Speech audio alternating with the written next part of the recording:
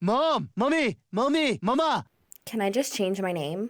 What is up, friends? Welcome to my channel. I'm Marissa. I am the owner of Noble Baby Wellness, where I specialize in everything that has to do with toddler and mom wellness.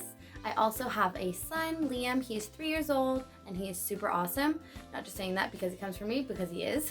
Mirror, mirror on the wall, who's the fairest? I'm just joking. It's not that type of mirror I'm talking about today.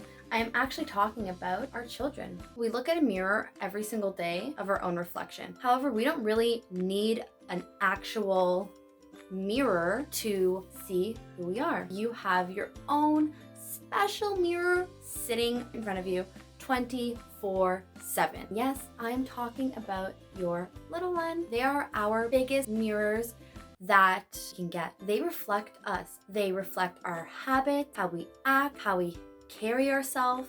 They also reflect things that we definitely should be focusing on regarding our growth.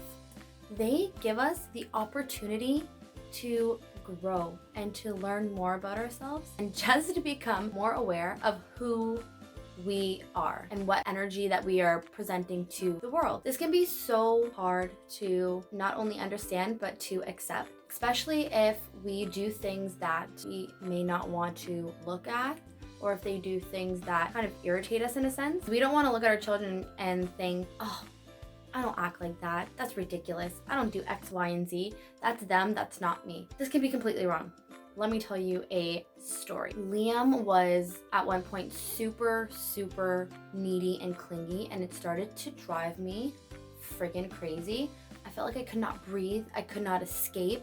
He just constantly needed me 24/7, even though I knew he was capable of doing the things that he was asking me to do for him. And I was getting annoyed and angry and pissed off with him because I knew he was fully well capable. And I didn't want to accept the fact that maybe he was mirroring something within my own self, because I didn't want to accept the fact that I was being clingy in my own way. But I started to notice more and more and more, and he was not my only mirror of seeing this. He was just the one that was always in front of me for me to realize what I was actually doing. I started seeing people more clingy every day in my class, at work, just in life in general, and I was like, shit, maybe I am clingy. As soon as I started working on my own neediness, Liam's neediness and the reflection of his neediness was no longer there. He was 100% independent, doing everything on his own, like I knew he could do, but I just didn't want to come to terms with me having that issue of neediness. I didn't want to accept the blame. I know that it's difficult to come to terms with this. Most of us don't want to accept that we are like that. Whatever that bothers us the most in our children, their attitude, their neediness, whining, picky habits, I can promise you that they are reflecting something within you. Our children are also mirrors for what we put out there. So for an example, if you are a negative person, judgmental person, a gossip type of person, kind or loving, attentive, present, fearful, your child will pick up on those, and they'll also take those traits that you put out as their own. If you are a very fearful person, your child's gonna pick up those fears and possess them as their own fears, even though it may not be their fears. I hate spiders. Hate spiders so much. They gross me out. I don't want to touch them. I don't want to be near them. I just cannot even function. If there's a spider in the corner of my room, I won't even sleep. I didn't want this fear to be picked up by Liam.